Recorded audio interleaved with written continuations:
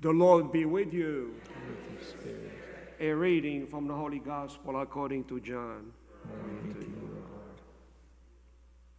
Jesus said to Thomas, I am the way and the truth and the life. No one comes to the Father except through me. If you know me, then you will also know my Father. From now on, you do know him and have seen him. Philip said to him, Master, show us the Father, and that will be enough for us. Jesus said to him, Have I been with you for so long a time, and you still do not know me, Philip? Whoever has seen me has seen the Father. How can you say, Show us the Father? Do you not believe that I am in the Father, and the Father is in me? The word that I speak to you, I do not speak on my own. The Father who dwells in me is doing his works. Believe me that I am in the Father, and the Father is in me, or else believe of the works themselves. Amen, amen, I say to you, whoever believes in me will do the works that I do, and will do greater ones than these, because I am going to the Father. And whatever you ask in my name, I will do, so that the Father may be glorified in the Son. If you ask anything of me in my name, I will do it. The Gospel of the Lord. Praise you, Lord Jesus Christ. No one has ever seen God. No one has ever seen God. And that was true particularly of the Greeks. The idea of seeing God was so abhorrent to their mentality, they just could not believe it. Even Moses, when Moses went up the mountain to meet God, did he see God? He saw his back. He didn't see his face. So no one had ever seen God.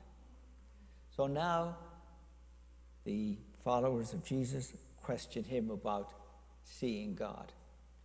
And he points out to them very clearly, especially the apostle who said, Show us the Father. Have you been with me all this time? I preach to you day in and day out, and you still don't get my message? That was the reality. They totally misunderstood the Lord. And then he spells it out for them. If you want to see the Father, you look at me. I am the perfect image of my Father. Whatever the Father does, I do. So if you want to know what the Lord is like, you look at Jesus. And there you see what God is like. He's a God of mercy, compassion, forgiveness, doesn't punish people, doesn't castigate people. Even those who were great sinners like Mary Magdalene, did he castigate her or punish her? The woman taken in adultery, when everybody else wanted to stone her and condemn her, did Jesus condemn her? He did not. So therefore, that is the image of who God is. You look at Jesus, you see how he acts and forgives and so on. That is what our Father is like. That's important.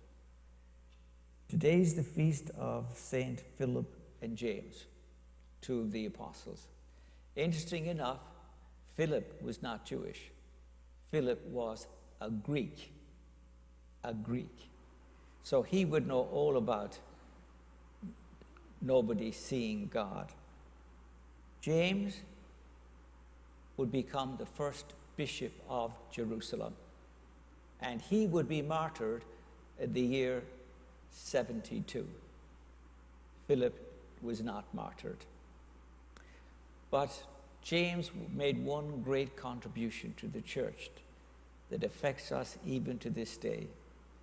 He chaired the first council in the Catholic Church. The very first council.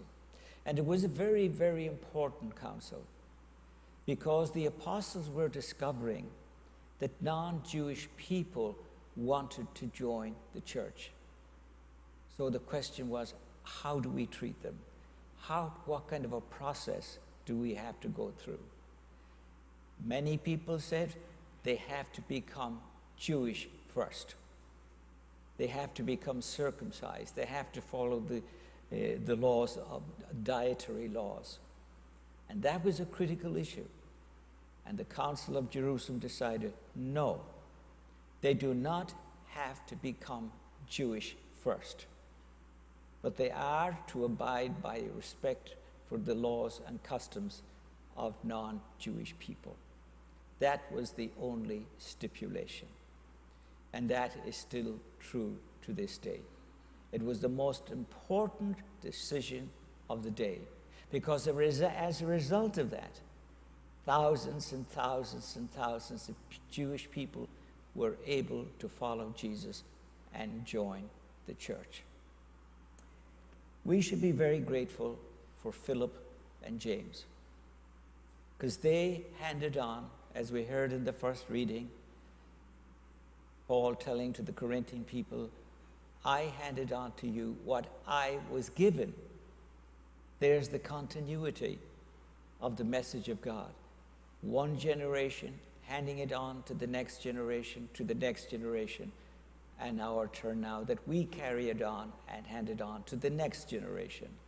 And that's very critical at a time in which we are living, because many people give up the practice of their church. We all know that, sadly. But let's not lose hope, because many people eventually return to the practice of the faith, even if it is on their deathbed. And it happens on deathbeds too. So we give thanks this morning for Philip and James and the other apostles, because if it hadn't been for them, you and I would not be here this morning.